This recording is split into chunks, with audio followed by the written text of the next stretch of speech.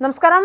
Psycho killer ചെന്താമരയുടെ hit ലിസ്റ്റിൽ ഇനിയുള്ളത് 3 പേർ. അതിലൊന്ന് സ്വന്തം ഭാര്യയാണ്, മറ്റു 2 പേർ അയൽപ്പക്കത്തുള്ളവരും. നെന്മാറ ഇരട്ടക്കൊലപാതകത്തിൽ പ്രാഥമിക ചോദ്യം ചെയ്യലിൽ തന്നെ കുറ്റം സംബന്ധിച്ച് പ്രതി ചെന്താമര തന്റെ മനസ്സിലെ പക വിശദീകരിക്കുകയാണ്. പിരിഞ്ഞുപോയ ഭാര്യയെ കൊലപ്പെടുത്തുകയായിരുന്നു. ജയിലിൽ നിന്നിറങ്ങിയ ശേഷം തന്റെ ആദ്യ ലക്ഷ്യമെന്ന് പറഞ്ഞ ഇയാൾ സുധാകരനെയും അമ്മ ലക്ഷ്മിയെയും കൊലപ്പെടുത്തിയതിന്റെ കാരണവും വിശദീകരിച്ചു. ഇനി 3 പേരെ കൂടി കൊല്ലാനുണ്ടെന്നാണ് മൊഴി. ഈ സാഹചര്യത്തിൽ ഇനി ഇയാൾ പുറത്തിറങ്ങാത്ത വിധമുള്ള ശിക്ഷ നീതിപീഠം ഉറപ്പുവരുത്തേണ്ടതുണ്ട്. ആദ്യ കൊലക്കേസിൽ ജാമ്യ ലംഘനം ഉള്ളതുകൊണ്ട് തന്നെ ഇനി ജാമ്യവും ലഭിക്കില്ല. അതുകൊണ്ട് ഇയാൾ ജയിലിൽ ഉള്ളിടത്തോളം കാലം ഹിറ്റ് ലിസ്റ്റിലെ ബാക്കിയുള്ളവർക്ക് സമാധാനമായി കിടന്നുറങ്ങാം. ഭാര്യയെയും മകളെയും മരുമകനെയും ഇയാൾ കൊല്ലാൻ പദ്ധതിയിട്ടെന്നും റിപ്പോർട്ടുണ്ട്. ആകെ 6 പേരെ കൊല്ലുകയായിരുന്നു ലക്ഷ്യം. ഇതിൽ ഇനി കൊല്ലാനുള്ള 3 പേരുടെ പേരിലാണ് വ്യക്തത വരുന്നത്. ഇവർക്ക് ആശ്വാസമാണ് ചെന്താമരയുടെ അറസ്റ്റ്.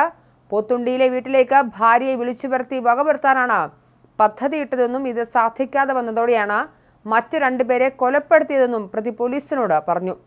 2019 സജിതയെ കൊലപ്പെടുത്തിയതിനുള്ള പക സുധാകരന് തന്നോട് ഉണ്ടെന്ന് സംശയിച്ചെന്നും സുധാകരൻ തന്നെ ആക്രമിക്കുമെന്ന സംശയത്തെ തുടർന്നാണ് ഇയാളെയും അമ്മയും വീട്ടിൽ കയറി വെട്ടിക്കൊലപ്പെടുത്തിയെന്നും വിശദീകരിച്ചു. ഭാര്യയെ കണ്ടെത്താൻ ഇയാൾക്ക് കഴിഞ്ഞില്ല.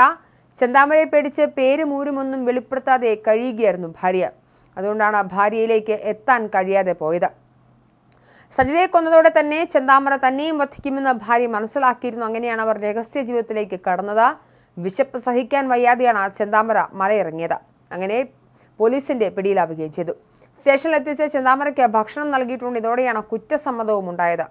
ചെന്താമരയുടേത് പ്രണയ വിവാഹമായിരുന്നു. എന്നാൽ ഇയാളുടെ സൈക്കോ സ്വഭാവം കാരണം ഭാര്യ ഉപേക്ഷിച്ചു പോയി. മകളും പിണങ്ങി.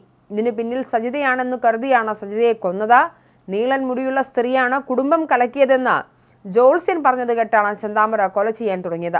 തന്റെ ലിസ്റ്റിൽ സജിതയും ബിന്ദുവും പുഷ്പയുമാണെന്ന് നേരത്തെ തന്നെ ചെന്താമര പ്രഖ്യാപിച്ചിരുന്നതാണ്.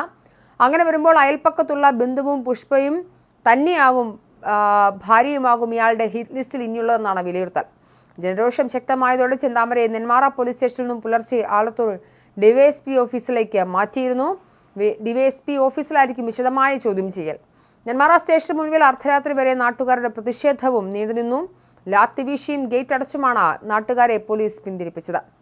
നെന്മാറ ഇരട്ടക്കൊലക്കേസിലെ പ്രതി ചെന്താമരയെ പോലീസും നാട്ടുകാരും ചേർന്ന് നടത്തിയ തെരച്ചിലിനൊടുവിൽ ഇന്നലെ രാത്രിയോടെ പോത്തുണ്ടിയിൽ നിന്നും പിടികൂടുകയായിരുന്നു.